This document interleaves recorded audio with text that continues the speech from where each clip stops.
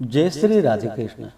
आप सभी का आपके अपने YouTube channel VK Mishra present में बहुत बहुत स्वागत है। आइए आज आप सब सुनेंगे विष्णु पुराण द्वितीय अंश में पहले अध्याय की कथा।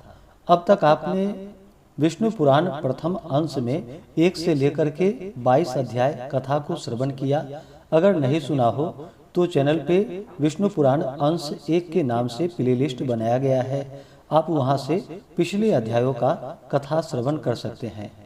विष्णु पुराण में कुल मिलाकर के 6 अंश हैं। उनमें से आज आप दूसरे अंश कथा को श्रवण करेंगे। तो आइए सुनते हैं विष्णु पुराण द्वितीय अंश पहले अध्याय की कथा। तो बोलिए प्रेम से भगवान विष्णु की जय, माता लक्ष्मी की जय, सर्वदेवी देवता की जय। हे गुरु, मैंने जगत की सृष्टि के विषय में आपसे जो कुछ पूछा था वह सब आपने मुझसे भली प्रकार कह दिया। हे मुनि श्रेष्ठ, जगत की सृष्टि संबंधी आपने जो यह प्रथम अंश कहा है उसकी एक बात मैं और सुनना चाहता हूँ। स्वयंभू मनु के जो प्रियव्रत और उत्तानपाद 2 पुत्र थे, उनमें से उत्तानपाद के पुत्र ध्रुव के विषय में तो आपने कहा, किंतु हे द्विज, आपने प्रियव्रत की संतान के विषय में कुछ भी नहीं कहा। अतः मैं उसका वर्णन सुनना चाहता हूँ, सो आप प्रसन्नता पूर्वक कहिए। श्री पराशर जी बोले, प्रियव्रत ने कर्दम जी की पुत्री से विवाह किया था। उससे उनके सम्राट और कुक्षी नाम की 2 कन्याएं तथा 10 पुत्र हुए। प्रियव्रत के पुत्र बड़े बुद्धिमान, बलवान, विनय संपन्न और अपने माता पिता के अत्यंत प्रिय कहे जाते हैं। उनके नाम सुनो। वे आग्निघ्र, अग्निबाहु, वपुष्मान, द्वितीमान, मेधा, मेधातिथि, भव्य, सवन और पुत्र थे तथा 10वां यथार्थ नाम ज्योतिष्मान था। वे प्रियव्रत के पुत्र अपने बल पराक्रम के कारण विख्यात थे। उनमें महाभाग, मेधा, अग्निबाहु और पुत्र ये 3 योग परायण तथा अपने पूर्व जन्म का वृतांत जानने वाले थे। उन्होंने राज्य आदि भोगों में अपना चित्त नहीं लगाया।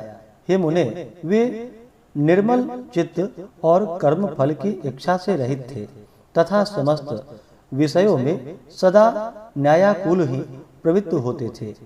हे मुनि श्रेष्ठ, राजा प्रियव्रत ने अपने शेष 7 महात्मा पुत्रों को 7 द्वीप बांट दिए। हे महाभाग, पिता प्रियव्रत ने अग्निध्रुव को जम्बू द्वीप और मेधातिथि को प्लक्ष नामक दूसरा द्वीप दिया। उन्होंने सालमल द्वीप में वपुष्मान को अभिषिक्त किया, ज्योतिषमान को कुश द्वीप का राजा बनाया, द्वितीमान को क्रौंच द्वीप के शासन पर नियुक्त किया, भव्य को प्रियव्रत ने शाक द्वीप का स्वामी बनाया और सवन को पुष्कर द्वीप का अधिपति किया। हे मुनि सत्तम, उनमें जो जम्बू द्वीप के अधीश्वर राजा अग्निघ्र थे, उनके प्रजापति के समान 9 पुत्र हुए। वे नाभि, किमपुरुष, हरिवर्ष, इलावृत्त, रम्य, हिरण्यवान, कुरु, भद्राश्व और सत्कर्मशील राजा केतुमाल थे। हे विप्र, अब उनके जम्बू द्वीप के विभाग सुनो। पिता आग्नेघ्र के दक्षिण की ओर हिमवर्ष, जिसे अब भारत वर्ष कहते हैं, नाभि को दिया। इसी प्रकार किमपुरुष को हेमकूट वर्ष तथा हरिवर्ष को तीसरा नैषध वर्ष दिया। जिसके मध्य में मेरु पर्वत है, वह इलावृत्त वर्ष उन्होंने इलावृत्त को दिया तथा नीलाचल से लगा हुआ वर्ष रम्य को दे दिया।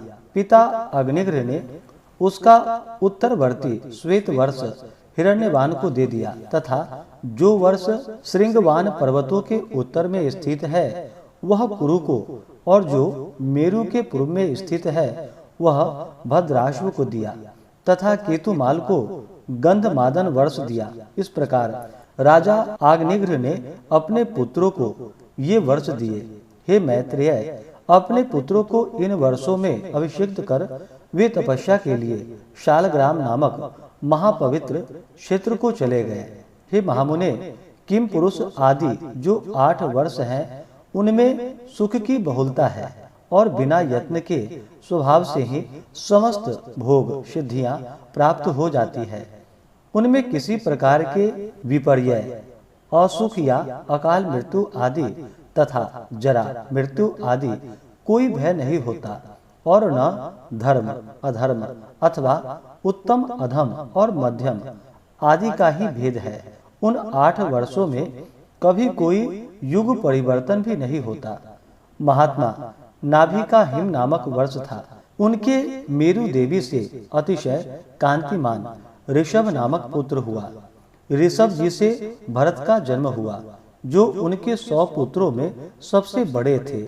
महाभाग पृथ्वीपति ऋषभ देव जी धर्म पूर्वक राज्य शासन तथा विविध यज्ञों का अनुष्ठान करके अनंतर अपने वीर पुत्र भरत को राज्याधिकार सौंपकर तपस्या के लिए पुलहाश्रम को चले गए।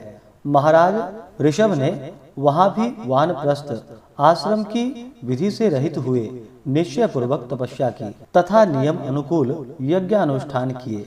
वे तपस्या के कारण सुख कर अत्यंत कृष्ण हो गए और उनके शरीर की शिराएं रक्तवाहिनी नाड़ियां दिखाई देने लगी। अंत में अपने मुख में एक पत्थर की बटिया रखकर उन्होंने नग्नावस्था में महाप्रस्थान किया।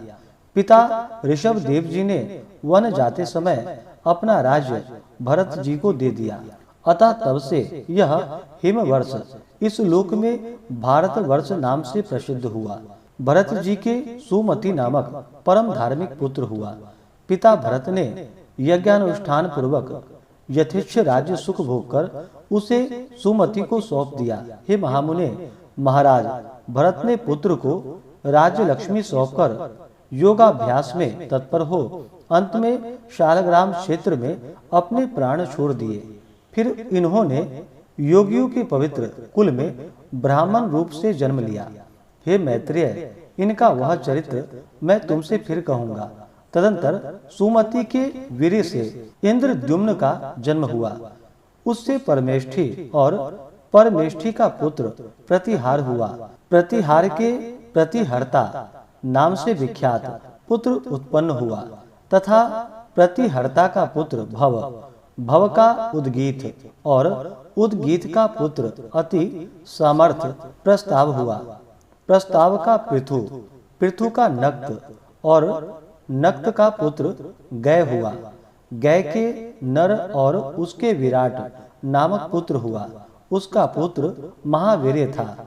उससे धीमान का जन्म हुआ तथा धीमान का पुत्र महांत और उसका पुत्र मनस्यु हुआ। मनस्यु का पुत्र त्वष्टा, त्वष्टा का विरज और विरज का पुत्र रज हुआ।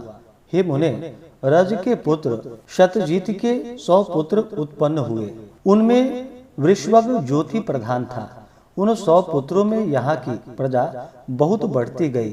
तब उन्होंने इस भारत वर्ष को 9 विभागों से विभूषित किया, अर्थात वे सब इसको 9 भागों में बांटकर भोगने लगे।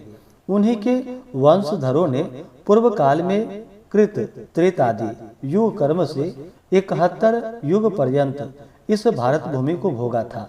हे मुने, यही इस वाराह कल्प में सबसे पहले मनमंतराधीप स्वयंभू मनु का वंश है, जिसने उस समय इस संपूर्ण संसार को व्याप्त किया हुआ था।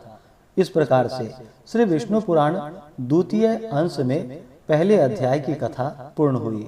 तो बोलिए प्रेम से भगवान विष्णु की जय, माता लक्ष्मी की जय, सर्वदेवी देवता की जय। इसके आगे की कथा जो कि आप अगले अध्याय में सुनेंगे।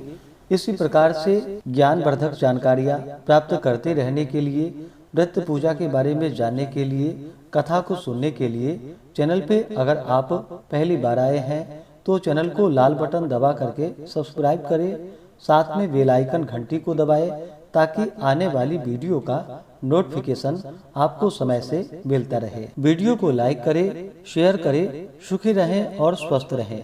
जय श्री राधे कृष्ण। धन्यवाद।